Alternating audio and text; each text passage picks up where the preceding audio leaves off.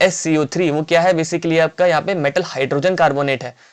Hello students and welcome back with our new video, जिसमें मैं आज शुरू कर रहा हूँ मिनीचर सीरीज का क्लास 10th के साइंस एग्जाम का chapter 2 acid base and salt. तो इस सीरीज में हम इस चैप्टर को भी 15 से 20 मिनट में कवर करने वाले हैं, क्योंकि हमें पता है अभी बोर्ड एग्जाम बहुत ज़्यादा करीब आ चुके हैं। तो जितना मैं आपको बेसिक सिखा सकूं हर चैप्टर के बारे में उतना सिखाऊंगा। और जैसे कि मैंने आपको पिछले लेक्चर में भी कहा था कि ये जो वीडियो होगी दोनों स्टूडेंट्स के लिए इंपॉर्टेंट है। जिन्होंने पूरी की पूरी अच्छे से चैप्टर कर लिए हैं उनके लिए रिकॉलिंग के तौर पर होगा, और जिन्होंने ये चैप्टर बिल्कुल भी नहीं करा है यार, तो उनको इससे आइडिया मिल जाएगा पेपर में कैसे लिखना है एग्जाम में। कोई क्वेश्चन 5 नंबर का आ जाता है, ठीक है, और अगर आपने ये वीडियोस देखी और आपने वो चैप्टर बिल्कुल भी नहीं पढ़ा था, तो आप उस 5 नंबर के क्वेश्चन में 2 या 3 नंबर तो आराम से गेन कर सकते हो और अपने साइंस के एग्जाम में अच्छे नंबर स्कोर कर सकते हो। तो चलिए शुरू करते हैं यहाँ पे।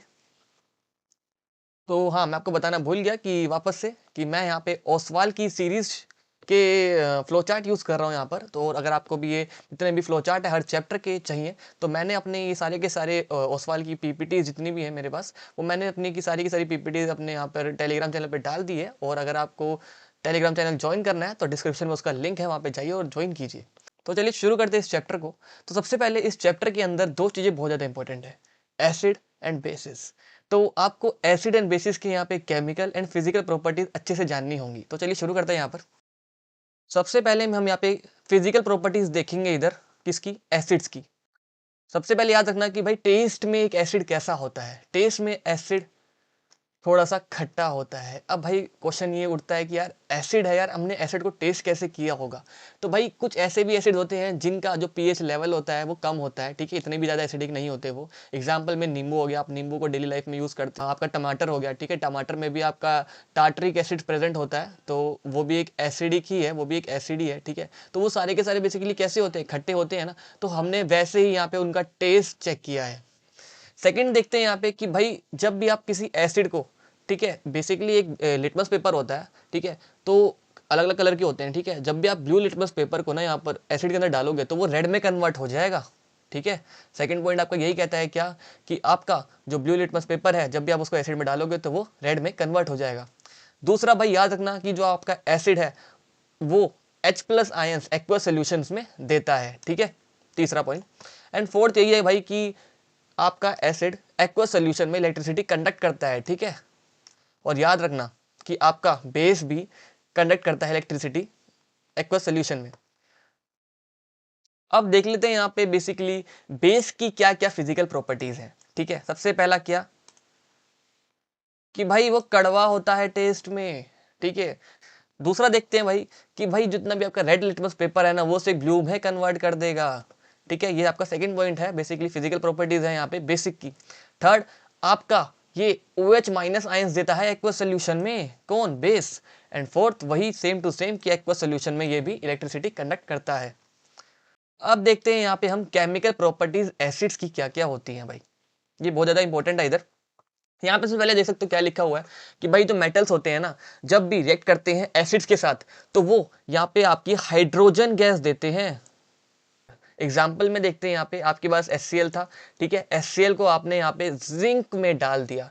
जब ये दोनों रिएक्ट करेंगे ना तो सबसे पहले वो इसका एक सोल्ट बनाएंगे, ठीक है, मेटल का क्या बनाएंगे, वो सोल्ट बनाएंगे जिसे हम यहाँ पे ZnCl2 बुलाते हैं। और NCl2 जब बन जाएगा तब उसके बाद हाइड्रोजन गैस भी आपकी क्या होगी, रिलीज होगी, ठीक है। तो याद रखना जब भी आपका मेटल एसिड के साथ रिएक्ट करता है ना तो हाइड्रोजन गैस आपकी हमेशा निकलती ही निकलती है।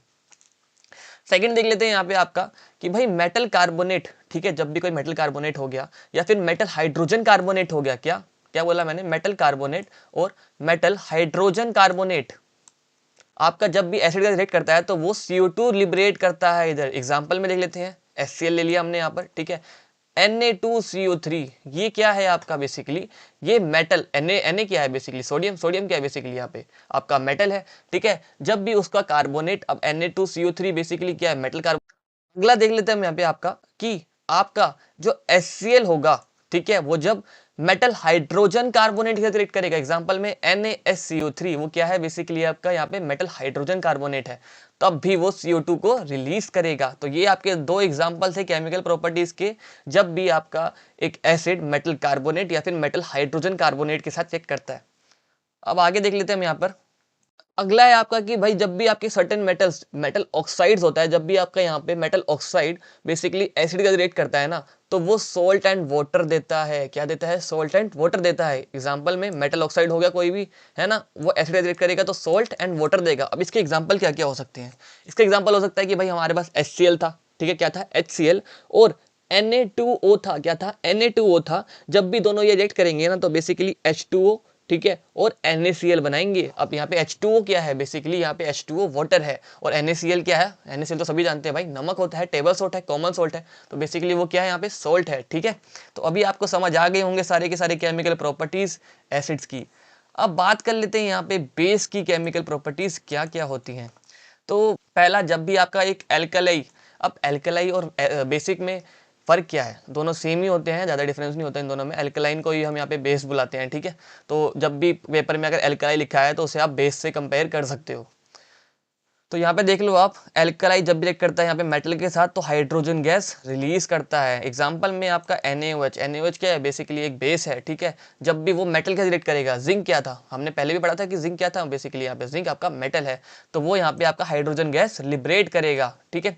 और जब भी आपका बेस एसिडिक ऑक्साइड के साथ रिएक्ट करता है ना, यहाँ पे एसिडिक ऑक्साइड क्या होता है? एसिड के साथ ऑक्साइड। एग्जाम्पल में CO2 क्या है? यहाँ पे एक एसिडिक ऑक्साइड है, ठीक है, और NaOH क्या है? यहाँ पे एक बेस है। जब ये दोनों रिएक्ट करेंगे देन आपका यहाँ पर वाटर फॉर्म होगा और सोल्ट फॉर्म होगा, Na2CO3। क्या फॉर्म होगा? सोल्ट फॉर्म होगा। तो यही आपकी दो रिएक्शन थी यहाँ पर केमिकल प्रॉपर्टीज बेसिस की, ठीक है।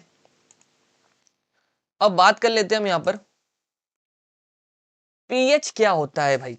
पीएच को बहुत ज्यादा इंपॉर्टेंस दी गई है इस चैप्टर में, ठीक है। तो कुछ छोटी छोटी चीजें पीएच के बारे में भी जान लेते हैं कि सबसे पहले जो पीएच होता है यहाँ पे पोटेंस बुलाते हैं उसको। यहाँ पे क्या बुलाते हैं? पोटेंस। एक जर्मन वर्ड है जिसका मतलब पावर होता है। क्या मतलब होता है इसका गाइस? पावर मतलब होता है इसका।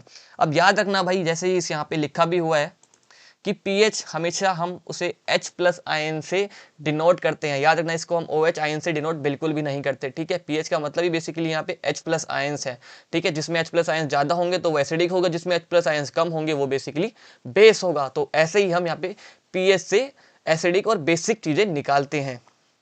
अब छोटी छोटी चीजें होती हैं, लाइक आप डेली लाइफ में पीएच का यहाँ पे क्या क्या यूज होता है इसको जान लेते हैं। सबसे पहले आप याद रखना कि हमारी जो बॉडी होती है ना, वो वर्क कैसे करती है। वो बेसिकली 7 से 7.8 के बीच में ही वर्क कर सकती है हमारी बॉडी, ठीक है। दूसरा, आपने देखा होगा यार कि स्टमक के अंदर, ठीक है, HCl प्रेजेंट होता है कि नहीं होता?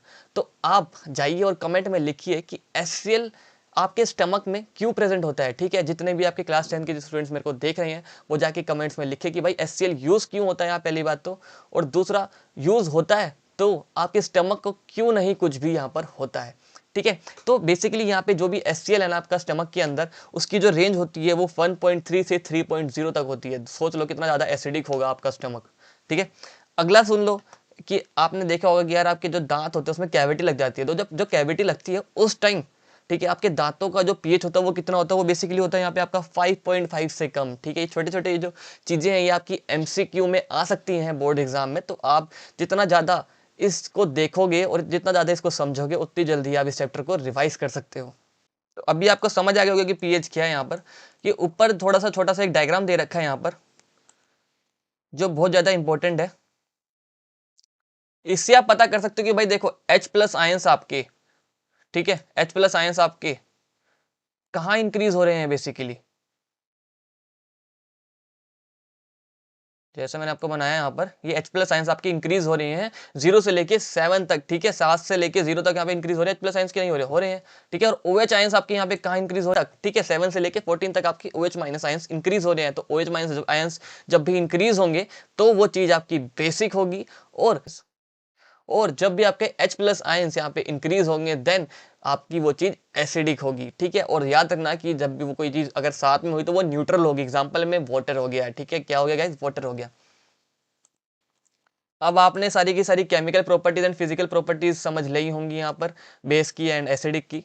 तो अब पढ़ लेते हैं भाई छोटी छोटी चीजें कि भाई सोल्ट्स का बेसिकली यहाँ पे क्या काम है, ठीक है। जब भी कोई एसिड एंड बेस कंबाइंस होते हैं तो क्या चीजें बनती हैं भाई, डेली लाइफ में हम उनको कैसे यूज कर सकते हैं, ये भी बहुत इंपॉर्टेंट चीज है। इसको भी जरा हम समझ लेते हैं। तो यहाँ पे मैंने पीपीटी को थोड़ा सा जूम कर दिया है जिससे आप समझ सको। यहाँ पे सबसे पहले देखते हैं यहाँ पे कि कॉमन सोल्ट बनता कैसे है। याद रखना, जब भी हम NaOH में ठीक है एसिड को डालेंगे, HCl को डालेंगे, तो हमें यहाँ पे NaCl बनेगा, और जो आपका NaCl है वो बच्चा बच्चा जानता है कि उसे हम यहाँ पे कॉमन सोल्ट बुलाते हैं, ठीक है। और उसके साथ हमें वाटर भी मिलेगा। अब जरा इसके छोटे छोटे चीज़ें समझ लेते हैं कि भाई इसके यूजेस क्या हैं कॉमन सोल्ट के, ठीक है। ये भी पेपर में आ सकता है कि भाई बताओ कॉमन सोल्ट के यूज़ क्या हैं, तो आप क्या लिखोगे इसमें। सबसे पहले आप इसको याद कर सकते हो कि भाई डेली फूड में यूज़ होता है, ठीक है। प्रिजर्वेटिव में यूज़ होता है। अब प्रिजर्वेटिव्स क्या चीज़ें होती हैं, आपने देखा होगा घर पे यार अचार बनता है, अचार में इतना सारा नमक क्यों डलता है, क्या रीज़न है उसका। ताकि वो जो अचार है वो प्रिजर्व हो सके, ठीक है, बहुत समय तक हम उसे चला सके। उसकी वजह से ही हम यहाँ पे उस नमक को उसके अंदर डालते हैं, ठीक है। स्वाद भी होता है, डेली फूड के अंदर भी यूज़ होता है आपका, लेकिन आपका एक प्रिजर्वेटिव भी एक कॉमन सोल्ट यूज़ होता है। फोर्थ है आपका भाई, याद रखना कि यहाँ पे अगर NaCl बन रहा है ना, तो हम यहाँ पे सोडियम को और क्लोरीन को अलग भी कर सकते हैं इलेक्ट्रोलिसिस के थ्रू, जिससे हम यहाँ पे एक सोडियम मेटल ले सकते हैं एंड क्लोरीन गैस को भी निकाल सकते हैं with the help of common salt. तो याद रखना यहाँ पर कि क्या क्या यूज होते हैं यहाँ पे कॉमन सोल्ट्स के। अब बात कर लेते हैं यहाँ पे ब्लीचिंग पाउडर क्या होता है। याद रखना सबसे पहले इसका फॉर्मूला क्या है, CaOCl2। क्या बोला मैंने गाइस, CaOCl2, ठीक है। अब इसमें होता क्या है बेसिकली, आप जब भी CaOH होल ट्वाइस को, ठीक है, क्लोरीन के साथ जब मिक्स इसको रिएक्ट करवाओगे ना, तब ये ब्लीचिंग पाउडर बनेगा और वाटर भी देगा। अब बेसिकली ये भी जान लेते हैं कि भाई इसकी यूजेस क्या क्या हैं। भाई ब्लीचिंग पाउडर कब यूज होता है, याद रखना इस चीज को। आपने देखा होगा यार घर पे कॉटन से हम ब्लीचिंग करते हैं, ठीक है। तो यहाँ पे सबसे बड़ा एग्जांपल, ठीक है, सबसे बड़ी यहाँ पे यूजेस क्या है, यहाँ पे ब्लीचिंग ऑफ कॉटन, ठीक है। एंड टेक्सटाइल इंडस्ट्री में भी आपका यहाँ पे ब्लीचिंग यूज होता है। जो भी आपकी केमिकल इंडस्ट्रीज होती हैं, हम यहाँ पे ब्लीचिंग पाउडर को एक ऑक्सीडाइजिंग एजेंट की तरह यूज करते हैं। थर्ड देख लेते हैं हम यहाँ पे। थर्ड है आपका बेकिंग सोडा। इसका कहाँ यूज होता है, सबसे पहले इसकी रिएक्शन जान लो। NaCl लिया हमने, ठीक है, उसको पानी में डाला, पानी में डालने के बाद कार्बन डाइऑक्साइड दी और अमोनिया दिया। ये चार चीजें जैसे ही आप दोगे ना, तब बनेगा आपका यहाँ पे NH4Cl एंड जो हमें चाहिए NaHCO3, baking soda. Sodium hydrogen carbonate भी बुलाते हैं इसको, किसको, बेकिंग सोडा को, ठीक है। अब इसकी जरा हम यहाँ पे सिंपल सिंपल यूजेस जान लेते हैं। भाई बेकिंग सोडा यूज कैसे होता है, आपने भाई केक बनाया होगा, उसमें बेकिंग सोडा यूज होता है कि नहीं होता, तो आप ये छोटी छोटी चीजें डेली लाइफ वाली यूजेस में लिख सकते हो बेकिंग सोडा के अंदर, ठीक है। एक एंटासिड भी यूज होता है, भाई खाना नहीं पच रहा तो आप बेकिंग सोडा डाल दो, खाना पच जाएगा। अगला देख लेते हैं यहाँ पे हम। अगला है आपका यहाँ पर वॉशिंग सोडा। तो इसकी वॉशिंग सोडा कैसे बनता है ये देख लेते हैं भाई। Na2CO3 लिया हमने, ठीक है, और 10 मॉलिक्यूल्स H2O के ले लिए। अब जैसे हम इसको गर्म करेंगे ना, तो ये बन जाएगा आपका Na2CO3.10H2O। क्या बनेगा गाइस, वापस बोलेगा एक बार, Na2CO3.10H2O, और यही आपका क्या है, वॉशिंग सोडा है। एंड वॉशिंग सोडा यूज कब होता है ये भी जान लेते हैं जरा, आपको सिंपल है इसका। भाई वॉशिंग मशीन में जब हम कपड़े धोते हैं तो हमें यहाँ पे वॉशिंग सोडा की जरूरत भी बहुत ज़्यादा होती है, ठीक है। और छोटी छोटी चीज़ें भी होती है, लाइक आपका बोरेक्स का जो मैन्युफैक्चर होता है, ठीक है। बोरेक्स क्या है बेसिकली, एक क्लींजिंग एजेंट ही है, तो उसका मैन्युफैक्चरिंग में भी आपका वॉशिंग सोडा यूज होता है। थर्ड जान लेते हैं भाई, प्लास्टर ऑफ पेरिस क्या वाला है भाई, ठीक है, इसको भी जान लेते हैं। उससे पहले जान लेते हैं कि भाई जिप्सम क्या है। जिप्सम अगर आप समझ जाओ ना, तो आपको प्लास्टर पेरिस समझ आ जाएगा। भाई आपने देखा होगा कि यार, सबसे पहले याद रख लेना कि जब भी हम कैल्शियम सल्फेट को, ठीक है, CaSO4 को CuSO4 dot half H2O plus half H2O, ठीक है, इसको डालेंगे ना, तब हमारा बनेगा, इसको गर्म करेंगे, ठीक है, तब बनता है CaSO4.2H2O, ठीक है। और जब ये चीज बन गई ना आपकी, इसको जब आप गर्म करोगे ना, तब बनता है आपका यहाँ पे प्लास्टर ऑफ पेरिस, जिसका फॉर्मूला होता है यहाँ पर CaSO4.12H2O। अब भाई इसका यूज क्या क्या है। भाई डॉक्टर्स, आपने देखा होगा जब भी आपकी कहीं चोट लग जाती है, ठीक है, आपकी हड्डी यहाँ पे क्रैक हो जाती है, ठीक है, देन आपने देखा होगा भाई बहुत बड़े बड़े प्लास्टर लगते हैं कि नहीं लगते। तो वहां पे प्लास्टर ऑफ पेरिस, पीओपी तो आपने बहुत आराम से सुना होगा यार, उसकी फुल फॉर्म ही यहाँ पे प्लास्टर ऑफ पेरिस। तो पीओपी यहाँ पे यूज होती है ताकि हम उस चीज को स्टेबल रख सकें, ठीक है, उसको सपोर्ट दे सकें, ठीक है। अब आपको समझ आ गया होगा यहाँ पे कि प्लास्टर ऑफ पेरिस कहाँ का यूज होता है। और इसे याद रख लेना कि भाई इसकी बहुत सी यूजेज हैं, लाइक आपने दीवारों पे लगा दिया, ठीक है, इसमें टॉयज भी बनते हैं भाई पीओपी के, एंड डॉक्टर्स भी इसमें प्लास्टर लगाने के लिए यूज करते हैं। तो आपको समझ आ गया होगा कि टाइप्स ऑफ सोल्ट्स कैसे कैसे होते हैं, और इस चैप्टर में बेसिकली यही था, ज़्यादा कुछ था नहीं इस चैप्टर में। और तो अगर आपको ये चैप्टर समझ आ गया है देन आप इस वीडियो को लाइक कर सकते हो और सब्सक्राइब कर सकते हो मेरे चैनल एक्सप्लेन अग्निहोत्री को। अब ऐसे ही बने रहिएगा अगली मिनीचर सीरीज में, जिसमें मैं करवा रहा हूँ लाइव प्रोसेस को 15 से 20 मिनट के अंदर ये चैप्टर करवाऊंगा। और ये जो चैप्टर होगा इसकी जो वीडियो होगी वो कल ही आ जाएगी, 8 बजे तैयार रहना। और ऐसे ही देखते रहिए मेरे चैनल को एक्सप्लेन अग्निहोत्री को। Thank you.